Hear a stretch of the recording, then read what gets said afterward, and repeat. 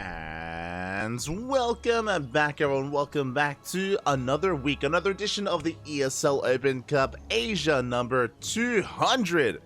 Oh my god. The 200th edition of this tournament. And I'm, of course, your host, Light VIP. With me, I am joined by the lovely people in the chat, by the lovely people in this tournament, !B. If you guys want to have a look at the back of yourselves, because we have quite a stacked bracket, quite a stacked tournament. And here we go, spawning in the top right-hand corner of Alkione, we have the South Korean Protoss, representing CranKy Z Gaming. It is herO.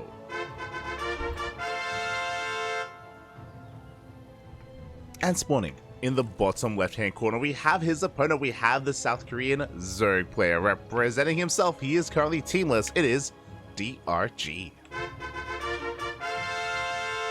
And as we get into this, a big shout out to Babylings in the chat. Thank you so much, Babyling, for subscribing for 18 months in a row. That's a lot of months. That's it's quite some time.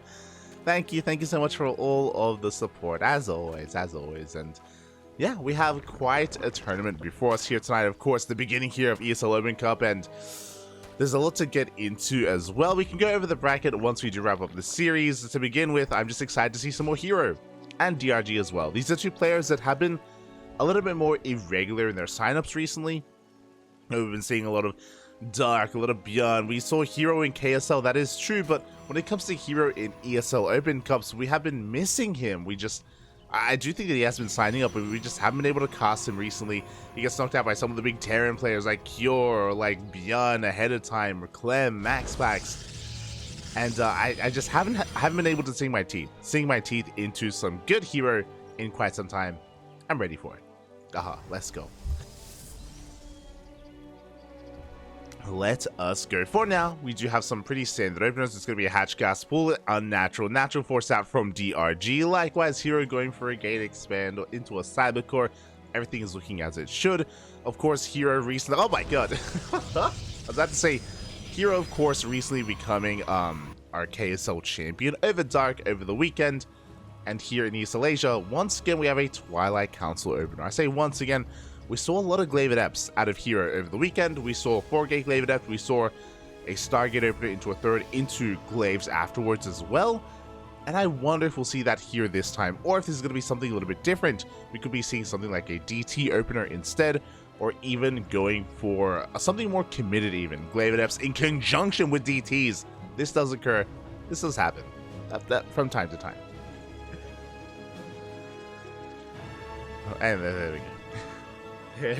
There it is, Pappy. There it is. We do have Glaives on the way.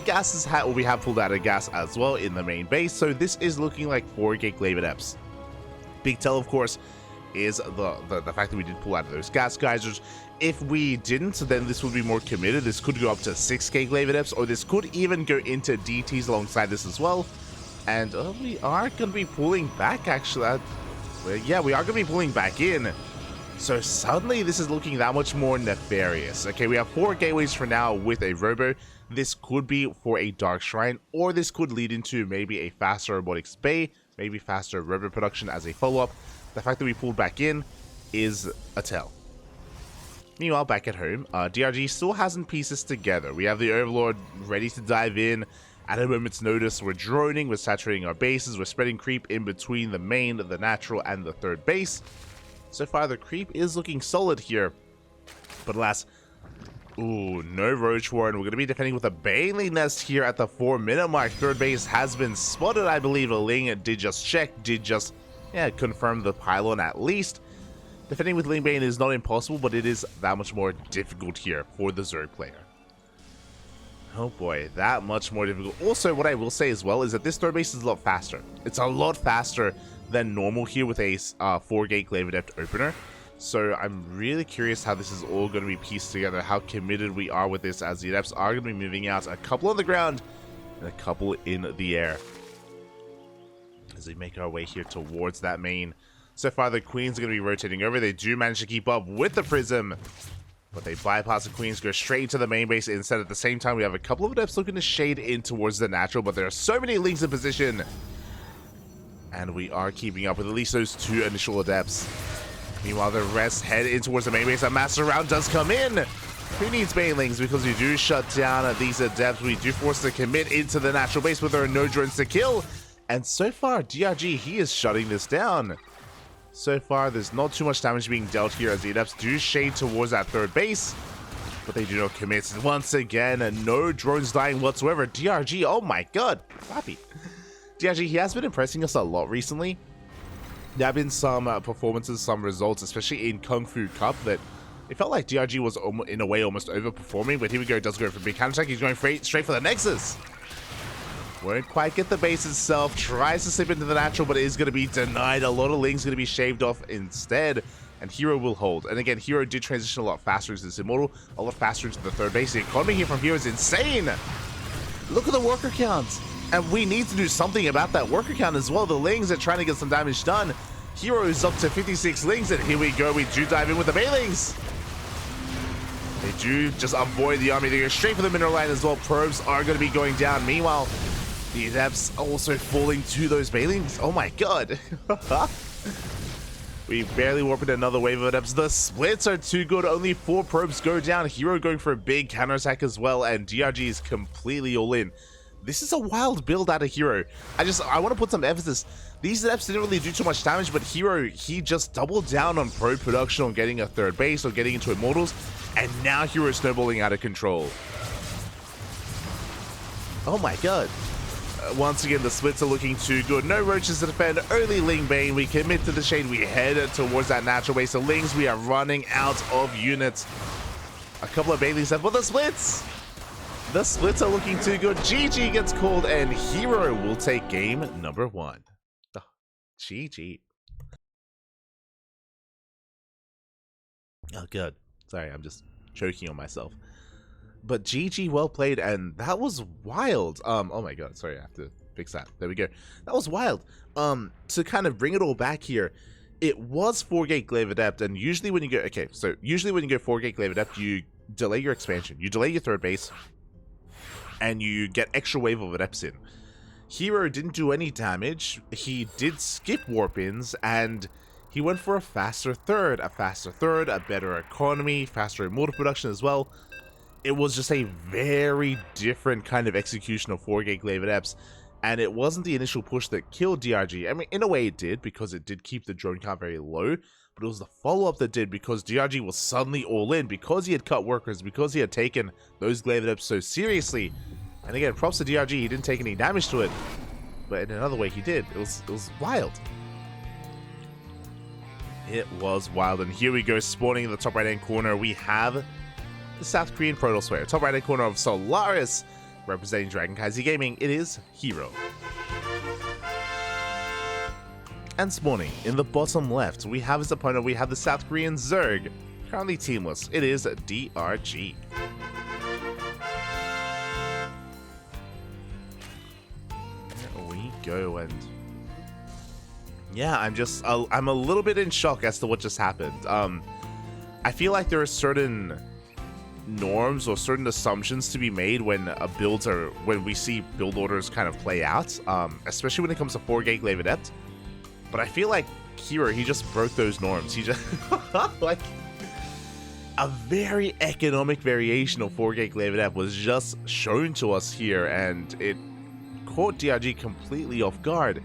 Again, because DRG had respected it so much, he put himself behind, and there was so much onus on him to do some kind of counter damage, but no, herO was looking solid back at home.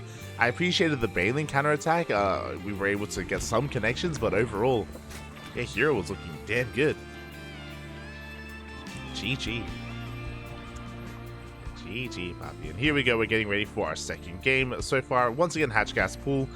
I'm really curious, obviously my eyes are on herO. DRG is more of the reacting player here, and is on the back foot as a result, and we'll see if DRG can keep up with whatever the hell herO throws at him next. Because I'm already a little bit frazzled. I'm already caught off guard. It's too much. It's ay.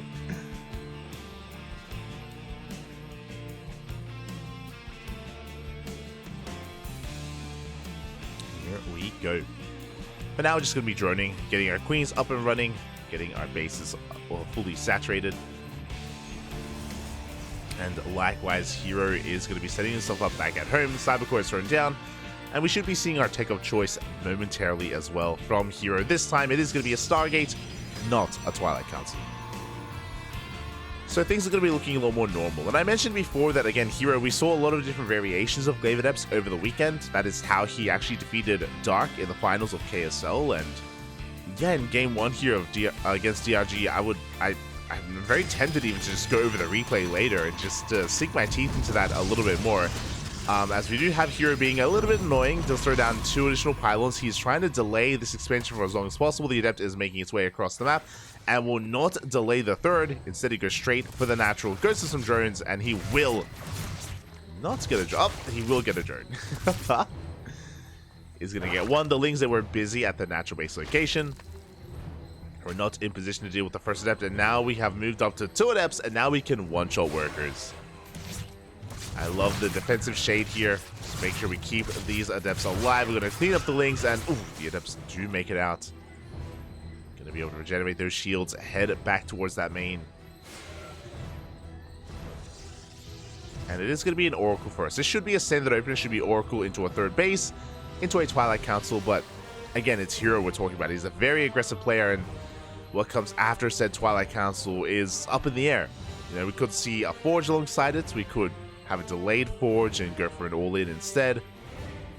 Something that I actually haven't seen in a long time is an 8-gate 3-base all-in.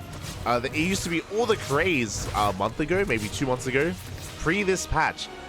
This patch, though, we've rarely seen it. I guess it has been a little bit played out, and a lot of Zerg players have gotten so good at defending against it, especially with Ling Hydra. Nope. So yeah, it's just really interesting that it's a build that has kind of fallen out of favor, and Glaive Adepts have been more popular recently. There's reasoning for that. Definitely. It was something that, oh my god, as the Oracles dive in towards that 3rd base, and the drones, the spore not quite done. Drones forced off the mineral line. A lot of lost mine time. We don't kill a lot of workers, but we do delay a lot of mining here at this 3rd base. What I was getting at is that in the advent of the new patch, we did see a tick up in a rise in popularity of Glaive Adepts, and a big reason for that is because of the rise in popularity of Ling Hydra. Because Ling Hydra has been more viable, because we've been seeing it more, we've been seeing more Glaive Adepts as a result, just shutting down and punishing Ling Hydra players who blindly go into it. So yeah, it's been really cool to see the evolution of the meta, especially in the new patch and the new map pool. But here we go, it is going to be Stargate into Oracles, into a 3rd base, into a Twilight Council and a Forge. Standard follow-up here. Should be for +1 and either Blink or Charge. I'm guessing Blink, but we'll see if... Oh my god! I can't... I'm glad I prefaced this series by saying that, yo, we saw a lot of different Glaive Adepts from herO over the weekend against Dark. And Dark had a really hard time keeping up. And herO, he's still on it. So game 1, it was 4-gate Glaive Adept, but an economic variation of 4-gate Glaive Adept. Here we have Glaives as well with +1. And there's layers to this. Okay, so +1 doesn't really impact Glaives, but it will impact the follow-up Blink. So as 5 drones go down, the way this works is we're going to be hitting with Glaive Adepts, but we're not going to commit too hard. We've been building up these Adepts over time, and we're going to be moving out soon. This +1 is going to be for the eventual Blink timing after this. Here we go. Adepts are going to be threading a shade across the map. Roaches are on the way. Thankfully, this time we did throw down a safety Roach Warren. We're not going Ling Hydra. Just going to be those Glaive Adepts. As we shade it towards the natural base. Stasis Trap going to be going off as well. We commit to the shade. Lings are going down. Queen's trying to keep up as well. But alas, we break through the wall of Lings.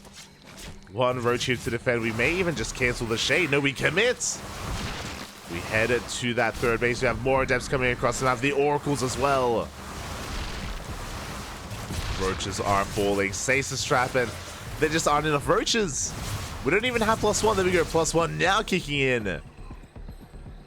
Oof. And we shade into the natural. Drones are falling left and right. The Roaches, there just aren't enough of them. 9 workers go down. There's still so many Adepts.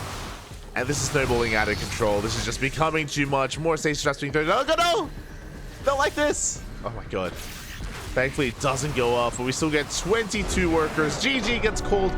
We had +2 on the way, we had Immortals and Blink on the way behind this, but the first layer was too much. GG gets called, and herO takes the series 2-0.